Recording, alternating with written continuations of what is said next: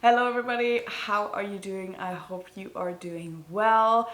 Today I wanted to talk about achievable goals. If you're new here, hi, my name is Tasmin. I moved to the Azores archipelago, and in early 2022, in the beginning of 2022, my partner and I bought a very old traditional stone house, and we've been renovating it for 1.5 years consistently. And yeah, we've moved in the middle of 2023, but we are far from done. I have a full video where I talk about all the things that still need to get done, but that's not what I'm going to talk about today. Today, I want to talk about more achievable goals. My partner and I have sat together the past weekend and have talked about what we want to accomplish in 2024, both in terms of gardening and house renovations. While the list is longer than what I'm going to talk about today, I feel like we do have a focus on what is realistic and what is, achievable, because during this renovation, if you've seen the videos, and like the videos that followed that right after we moved in, you know that we went through a very hard time with this because we were in this constant survival mode. We didn't expect the renovations to take so long, to get so expensive and so demanding. And we were just completely burned out. We had nothing left to give, and we also needed to save up money. So we went on a very extensive break. By the way, if you hear any background noises, it is the kittens and someone is working outside, but unfortunately I cannot delay the filming, so we're just gonna have to deal with it just in case you're wondering. So this year we decided to maybe take it a bit slower. Again, we do have an ambitious list, but we are fully aware that there is a very high chance we won't be able to achieve all of that, and that's luckily completely fine because again, we live here now. The survival mode is over, but we also just don't want to get back into this hustle thing where we just do not have a single weekend off and all we think about is renovations, house, money, working in the garden, working on the house, working on this, and like no room for fun, no room for relaxation, no room for, our relationship or anything like that. So we wanted to keep it more realistic this year. I wanted to talk about a few of these things because as I'm recording this, hopefully fingers crossed, tomorrow our IKEA delivery arrives. If you've been here for a while, you might remember that we did have an IKEA delivery a while ago, which got lost. IKEA or the transportation company or the container ship company, we have no idea who, someone lost our entire IKEA order, and it took forever to figure that out and for IKEA to like get around and send a new one, and it takes a very long time for stuff to be delivered and you pay a ton of money for shipping to the Azores, which was really frustrating. So please keep all your fingers crossed that when you see this video, the IKEA delivery has arrived as planned, which would be tomorrow for me. We still don't have the savings to furnish the entire house, especially not exactly the way we want. However, I am super excited to show you what we will have ordered. Editing Tasman here. I don't know what went wrong when I filmed this video, but I phrased what you were about to see so weirdly. So what I actually wanted to say is I'm going to show you both some of the stuff that we got at IKEA once it arrived, but also just some of the achievable goals that we have. It's not all the goals that we have for 2024. The list is longer than that, but I wanted to show like a few small examples of some achievable goals that we have for 2024. So enjoy. First up, we have this, which still looks exactly like it did months ago. But this is on my list for 2024. When I was painting the living room in 2023 before we moved in, I painted everything and I tried to paint this part as well, as you can see here. However, because of the beam that is there, because the beam is not like, there's no space between this beam and the wall behind it. It's like glued to the wall. So it's very, very hard to paint above that with like the long painting things, like it's almost impossible. And by now we also have the proper ceiling installed here, there. So now I also cannot just do this because I would just put paint everywhere. So what we need to do is we need to take like a week or a weekend or something and figure out a way for me to be raised up. I already tried to do it with a very big ladder. It did not work because the angles were all wrong. It didn't work. So we need to have like, I actually don't know the name for these things, like that you use in construction to like get higher up, that are like this and have like a metal thing in the middle so you can stand on top. I have no idea what it's called. And we need to install that here on the highest level because this is actually really high up. I don't know if you can tell, probably not. But like this is very, very, very high up. And then I need to climb up there, which is fun because I'm afraid of heights. But I've done worse during renovation, so I will be fine. And then I need to very carefully paint all of this. But this is actually just a job for like a weekend.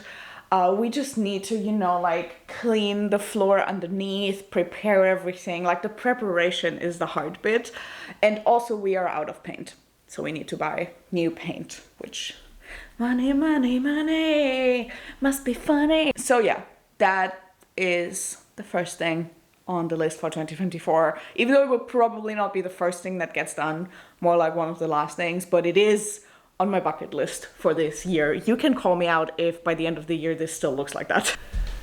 We also have this, which I'm very frustrated with because I was so excited when we found this like shelf situation. At first I had all my books here and we had a plan to relatively soon make like a shelf out of it, like a proper bookshelf, like put like boards in there and all that kind of stuff. However, now all of this has to be on pause because when I put my books in there, they started to get moldy immediately, and the dehumidifier was right next to them, running 24/7.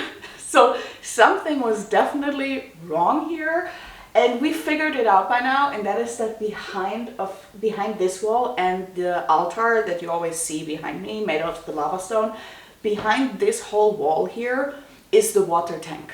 And the water just, or the humidity I should say, it's not actual water, but like the humidity like presses through the walls, and it's like especially bad here because this is very deep.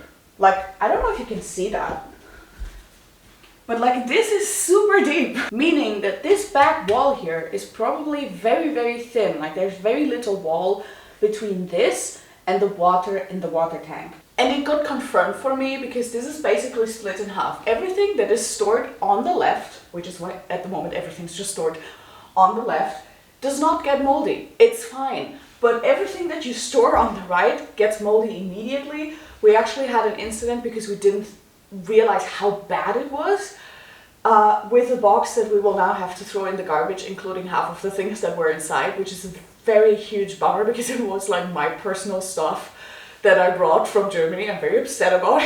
There's definitely like a ton of humidity pressing through, which leads us to having to prioritize to fix that, which means we will have to work on the water tank. This is not necessarily the most achievable goal because we haven't quite figured out what we're going to do with it yet, but this is definitely something I want to do. And in the name of achievability, we have already said like, we want this humidity problem to be fixed. We don't need everything to be ready. Like at the end of 2024, this doesn't need to be a perfect bookshelf. Like we don't need to have the boards in, or we don't need to have like everything outside finished. Like we at some point will agree on what we're going to do. But I want the humidity problem to be gone. Like one step at a time. You don't need to have a project from front to back and finish it immediately. You can also just take smaller steps towards where you want to go, and that's exactly what's going to happen here. Then we have this area, which is a mess. There are actually multiple things that need to get done here. One is the staircase itself. By the way, if you're wondering why there's aluminium foil behind me, the kittens are constantly going up on top of the stone oven and hide there because that's like where we store a bunch of stuff, so it's very chaotic up there. They've also wreaked havoc, so now it's even more chaotic. and they can access the top of the ceiling from up there, which Tess has discovered yesterday. Tess! Tess, you little head, come here. I know you've seen me. Come here. Come here. Come to mama. Come to mama. Come to mama. I will give you food. I don't know if you can see her at all. Tessie, little horsey. Wrong direction, motherfucker. No, we're not calling Amara. You are coming here. You're gonna get yourself electrocuted. Come here. So yeah, now we're trying to keep them from going upstairs, or at least make something that's like very noisy, so when they try to go upstairs, at least we hear, so they don't end up on the ceiling again. Anyway, back to the staircase. So we need to stain the staircase itself because I fucked up during renovations, and I filled like all the screw holes and stuff with a paste that was the wrong color. I take full responsibility for that, was just my mistake. However, that's not actually the primary goal. That's great when if that happens, if we get around to it, but that's not the primary goal. That is the primary goal, to get rid of this massive chaos. You don't even fully see it on the camera, but there's like boxes on the floor, boxes under the stairs, this kind of stuff, and I hope you can see like how bent this wood thing is. The original idea was to have shelves in here, and there's actually stuff there already in preparation for that, but I don't think that we did that correctly, that we did that very well. I think it's not very good. I don't think it can hold a lot of weight. Also, this wall over here is made out of scraps from the ceiling. I glued and nailed that stuff together to like block out the light so this doesn't have direct sunlight. It's obviously also just a temporary solution because it's ugly as hell. But yeah, all of this is just very ugly and not very pretty. And this board that we put in temporarily, I don't know if you can see that on camera, but it's like, whoop, it like bends totally. So it's not, I'm so afraid that like one day the kittens jump on it and it just breaks. However, we have now ordered a shelf for this space, so we can finally get rid of most of these boxes. There will still be a little bit because, you know, we just have a ton of kitchen stuff. And then we will hopefully don't have this chaos here anymore. I'm so excited. I hate that this is like so open and messy and it just looks so bad and it makes me so unhappy. So I'm so excited for this shelf to be here. So the IKEA order made it. As you can see, it's so exciting. So many boxes, so much garbage, but so exciting to finally have a few more pieces of furniture to get rid of some of the chaos. And yes, cat toys everywhere. As you can see, our temporary solution didn't want to be all that temporary, but we made it work. Look how pretty this looks now. Of course, it's not fully done yet. There's still stuff that needs to get done, but it is so much better than it was before. It feels so good to finally throw those moving boxes away that we've been living out for almost 2 years at this point, and to just, you know, make it a home, put things in their places that they're going to stay in. We are back on the sofa.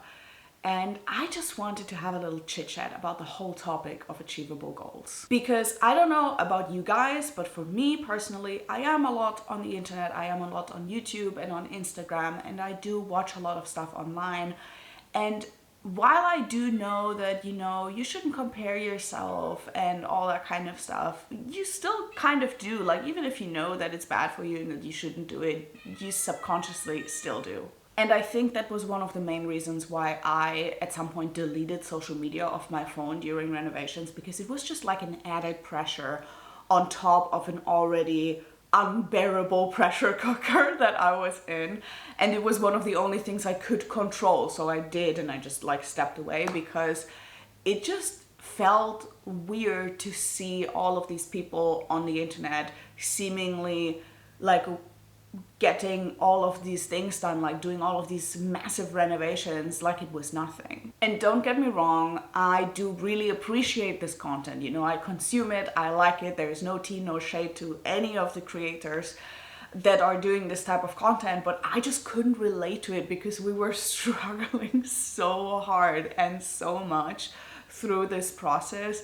Then seeing people online like, oh yeah, I just did this DIY, as if you'd done it in like 5 minutes and it didn't cost you like hundreds of euros in like tools and whatnot. Or I mean, in some cases it's also easier because like maybe you live in a city, maybe you can lend some stuff, maybe you have a father who can, or like a parent who can come and help, or who already has stuff or whatever, or you are just in a different financial situation. Like some of the people that I watch, like they are clearly in a completely different financial situation than I am, and it just looks so easy because they don't really have to worry about money. They think about like, oh, am I gonna go with this very expensive sink or with this very expensive thing?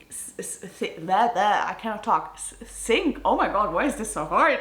Or like, look at this crazy designer couch that I bought, or like at this beautiful marble that I used, or whatever, you know? And I mean, good for them, but I do feel that on social media, what we get to see a lot is like the very positive side of things. Like oftentimes people do not share the downsides or the stress that they're going through, or the hardships or the hard decisions. Or again, it is very privileged people doing very privileged things, but we have normalized it, right? It is the standard. Like, oh, everybody now wants to have an old house to renovate because it's like so romantic and beautiful. And some aspects of it totally are. Like, it was totally worth it for us. I'm so crazy proud of what we did, but it's just not, or at least it wasn't for me, as simple as it looked online. And especially like this whole consumerist mindset of like, you need to have the perfect items, like everything needs to go together, it needs to look like it's a designer house, it's, you know, and like everything needs to be like color coordinated and brand new and all that kind of stuff. If I had the option of going and buying secondhand stuff, I would. I unfortunately don't have it here on the island. Like, we're very limited in what we can buy even new because of like delivery and stuff.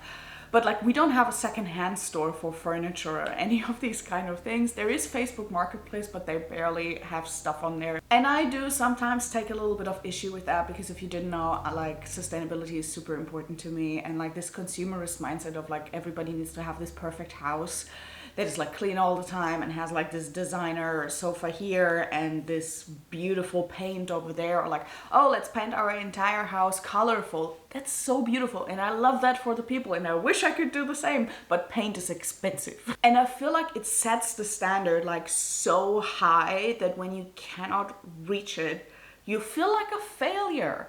You feel like a failure so bad. And I've just read this book, like Bittersweet by Susan Cain, which talks a lot about like the winner mindset of the American dream and of the US, and that like very much plays into this. I'm not gonna get into it because I'm not from the US, but still, like, on social media we do get very much influenced by this like winner mindset, and like everything needs to be happy and positive, everything needs to have a great lesson or a beautiful outlook or a beautiful cinematography, or, you know, like, oh, everything's just so easy and beautiful, but like the standard is like this high and we don't even realize how high it is. But it is so okay to have goals that are here, you know, like achievable goals, like things like our goal to finally have a closet in 2024, right? Like to stop living out of boxes full of clothes on the floor and finally have a closet. Like, that is still an admirable goal, even though it is achievable, even though it doesn't fit into like the whole like everything is so easy, look at me, I have this designer closet situation, right, that we get presented on the internet over and over again. And I'm not ashamed to show that, because I don't know, I just think it's not, there's nothing wrong with the content I consume. Again, I love this type of content so much that I'm like referencing here, But I think it's also important that sometimes we see another side of things, or that we at least talk about that that's not the full picture, or that's something that is just not achievable for everybody. Like, we really need to stop comparing ourselves to people, strangers on the internet, that are often so much more privileged than a lot of other people are. And even if they're not privileged, again, it might also just be like a way of like editing stuff. Like, I could have totally, you know, just like showed you some of the things that we did and like not show you others, and then make like this voiceover of like, oh yeah, and then we like did this, and then we did this, and everything was fine, even though it wasn't. Like, you can edit your life, baby. You can edit and romanticize your life so deeply, and to a certain degree that is also healthy, because it helps your mental health, totally, and it is something I need to do more of, actually. But if we do that too much, it becomes inauthentic. And I think if we are like also striving to be this perfection level of everything is wonderful, everything is great, and like, again, like this perfect house, it's just not achievable. It's not achievable. It's not realistic, and it's gonna make you sick to think that it is. So yeah, I hope that maybe one or two of you out there can relate, or maybe, you know, got some food for thought with this, because for me it took a very long time to like really figure this out, like how deeply rooted all of these things are in capitalism, privilege, consumerism, and just that it's totally okay to have smaller goals in your life, that they're still so worthy and important and wonderful, and I am going to celebrate you. So please, if you have done something, or if you are having a goal for 2024 that is small and achievable, that you feel like you didn't get celebrated enough for, please leave it in the comments down below. I really want to celebrate you. I'm so proud of all my friends, whatever they achieve, no matter how small or big it is.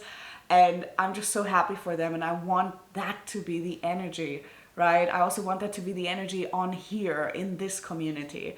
And yeah, it's just important for me. So please feel free to leave it down below, something that you achieved in 2023, or something that you're planning to achieve in 2024, which is a small thing, which is achievable, but that you're still like very proud of. I hope you all have an amazing day. See you. Bye.